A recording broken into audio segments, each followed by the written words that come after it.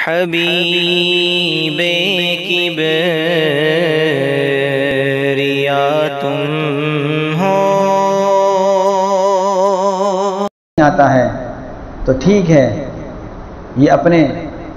تعلقات والوں کو بلا لے، جیسا کہ اس کا دعویٰ تھا کہ میرے جانکار بہت ہیں، مجھ سے محبت کرنے والے بہت ہیں، میرا جتھا میرا گروہ بہت بڑا ہے، تو اپنے سارے گروہ کو بلا لے۔ سندع الزبانیہ، ہم بھی فرشتوں کو بلا لیتے ہیں، یہ اپنے لوگوں کو بلائے گا تو ہم اپنے فرشتوں کو بلا لیں گے۔ چنانچہ غزوہ بدر کے اندر اللہ تعالیٰ نے اس کو ذلیل کیا، دنیا میں ہی اللہ نے اس کو ذلیل کر دیا، آخرت کی ذلت الگ رہی۔ جب غزوہ بدر ہوا ہے اور غزوہ بدر کے بعد اللہ کے نبی صلی اللہ علیہ وسلم نے صحابہ سے عرض کیا، ہے کوئی جو ابو جہل کی خبر لائے؟ حضرت عبداللہ بن مسعود رضی اللہ تعالی عنہ یہ گئے ہیں اور جا کر جب لاشوں میں تلاش کیا، زخمیوں میں تلاش کیا تو ابو جہل کو پایا، اور ابو جہل اس وقت زندہ تھا لیکن ادمرا تھا۔ تو ابو جہل کے یہ سینے پر سوار ہو گئے۔ ابو جہل نے اس وقت بھی تکبر دکھایا اور کہا، ارے چرواہے کے لڑکے، تو میرے اوپر سوار ہو گیا، بلکہ اس نے یوں کہا کہ تو بہت اونچے مقام پر سوار ہو گیا۔ تو حضرت عبداللہ بن مسعود نے فرمایا، اللہ کا شکر ہے کہ جس نے مجھے اتنی بلندی پر سوار کیا۔ اور پھر اس نے یہ معلوم کیا، یہ بتاؤ کون جیتا کون ہارا؟ حضرت عبداللہ بن مسعود رضی اللہ عنہ نے فرمایا کہ اللہ اور اس کے رسول کو فتح ہوئی اور تجھ کو اور تیرے قبیلے کو شکست ہوئی ہے، تو ہار گیا۔ تو اس نے یہ کہا کہ اب تیرا ارادہ کیا ہے؟ حضرت عبداللہ بن مسعود نے فرمایا کہ میرا ارادہ یہ ہے کہ میں تیرا سر تیرے تن سے جدا کروں گا، تیرا سر کاٹ کر لے جاؤں گا نبی کی خدمت میں۔ تو اس نے کہا ہے کہ اپنی کھٹل تلوار سے مت کاٹنا، یہ میری تلوار ہے، بہت تیز ہے، اس سے کاٹ لے تاکہ تیری مراد جلدی پوری ہو جائے، اور میری گردن یہاں سے مت کاٹنا، شانے پہ سے کاٹنا، یہاں سے کاٹنا، تاکہ لوگ جب دیکھیں تو ان کو ایک طرح کی ہیبت ہو اور پتہ چلے ہاں بہت بڑا آدمی تھا، اور اپنے نبی سے یہ پیغام پہنچا دینا کہ جتنی دشمنی مجھے پہلے تھی آج اس سے کہیں زیادہ دشمنی ہے مجھے تم سے۔ حضرت عبداللہ بن مسعود رضی اللہ تعالی عنہ اس کا سر کاٹ کر لے گئے، اور کیسے لے گئے ہیں؟ اس کے کان میں سوراخ کیا ہے اور اس میں رسی باندھ کر، رسی سے اس کے کان کو باندھ کر گھسیٹ کر لے گئے ہیں۔ تو اس میں یہ کہا گیا نہیں لنصفعن بالناصیہ، تو ہم اس کی پیشانی کو گھسیٹیں گے۔ تو دنیا میں بھی اللہ تعالیٰ نے دکھا دیا، اور اللہ کے نبی صلی اللہ علیہ وسلم کے پاس جا کر جب حضرت عبداللہ بن مسعود نے بتایا کہ ابو جہل نے یہ بھی کہا تھا کہ آج مجھے دشمنی پہلے سے زیادہ ہے،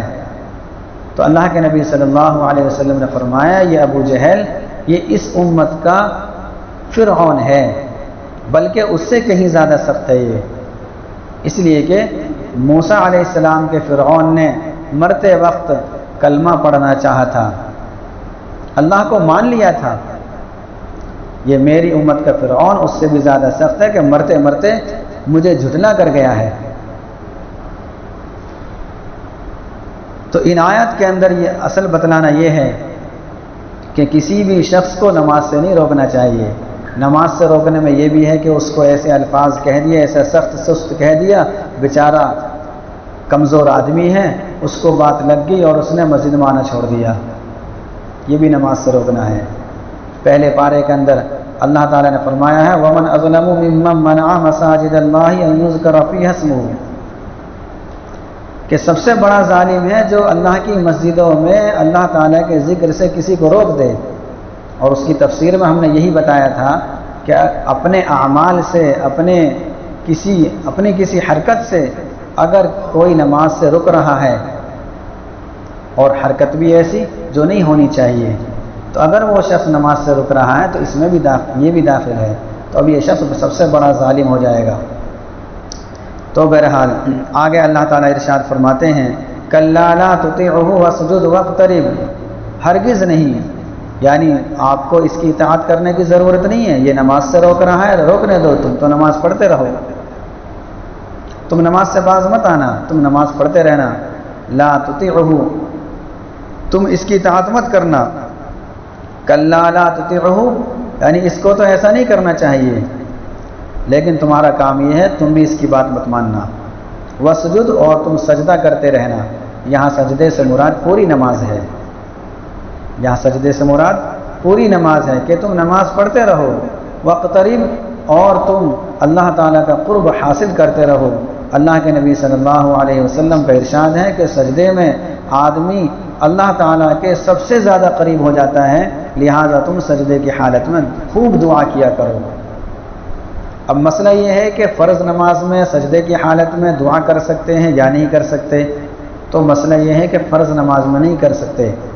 نفل نماز میں دعا کر لینی چاہیے، اور وہ بھی اردو میں نہیں، عربی میں، اور عربی میں بھی دعائے معصورہ جو اللہ کے نبی صلی اللہ علیہ وسلم سے منقول ہیں وہ دعا کرنی چاہیے، یعنی ایسا کلام جو انسانوں کے کلام کے مشابہ ہو یا کسی بات کا جواب بن سکتا ہو، تو نماز کی حالت میں وہ کلام کرنے سے نماز فاسد ہو جاتی ہے۔ تو لوگوں کے مشابہ کلام نماز کے اندر مثلا اردو میں کہہ رہا ہے تو یہ بھی غلط ہے، تو عربی میں دعا ہو، اور وہ بھی ضروری نہیں ہے، نہیں آتی تو نہ کرے، وقت ہے تو کر لے، اور وہ بھی عربی میں کرے، دعائے معصورہ پڑھنا چاہیے۔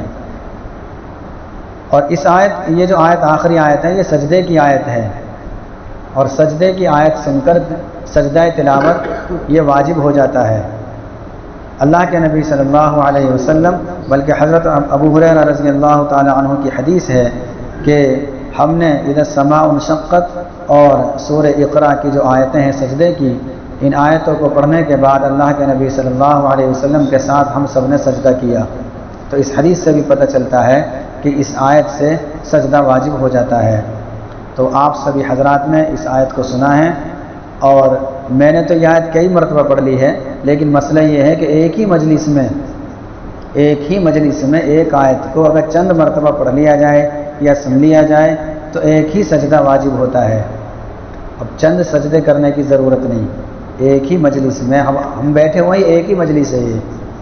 اب ایک ہی مجلس میں ایک آیت کو چند مرتبہ پڑھ لیا، آیت سجدہ کو، تو اب ایک ہی سجدہ واجب ہوگا، چند سجدے کرنے کی ضرورت نہیں۔ تو ایک سجدہ آپ سب پر واجب ہو چکا ہے، آپ سبھی حضرات ایک سجدہ ضرور کریں۔ اچھا، اس میں وقت کی کوئی تعین نہیں ہے کب کریں، اب کر لیں، بعد میں کر لیں، یعنی موت سے پہلے ضرور کر لیں، چونکہ یہ واجب ہے یہ، لیکن اس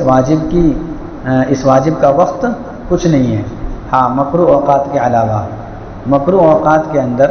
سجدہ تلاوت بھی یہ جائز نہیں ہے، البتہ اگر اسی وقت جس وقت وہ قرآن کریم کی تلاوت کر رہا ہے اور مکروہ وقت شروع ہو گیا، وہ تلاوت کر رہا ہے اور آیت سجدہ آ گئی، تو اب سجدہ کرنا اس وقت جائز ہے، کر سکتا ہے۔ تو یہ تفصیل ہے اس کے اندر کہ آیت سجدہ اگر مکروہ وقت میں پڑھی گئی ہے، اب یہ دیکھ لیں اس وقت مکروہ وقت ہے نہیں ہے بھی، تو اس وقت تو نہیں کریں گے اب۔ ہاں، اگر مکروہ وقت ہے ختم ہو گیا، تو مسئلہ یہ ہے کہ اگر مکروہ وقت میں آیت سجدہ تلاوت کی جا رہی ہے تو اس وقت ہم کر سکتے ہیں، اور اگر صحیح وقت میں آیت سجدہ کی تلاوت ہو رہی ہے تو پھر صحیح وقت میں ہی ہم یعنی سجدہ تلاوت کریں گے، مکروہ وقت میں نہیں۔ مثلا اب ہم نے تلاوت کر لی اور صحیح وقت ہے یہ، اب عصر کے بعد ہم سجدہ تلاوت کریں تو یہ غلط ہو جائے گا، چونکہ ہم نے صحیح وقت میں آیت سجدہ کی تلاوت کی ہے۔ اللہ تعالی ہم سب کو ان تمام باتوں پر عمل کرنے کی توفیق نصیب فرمائے۔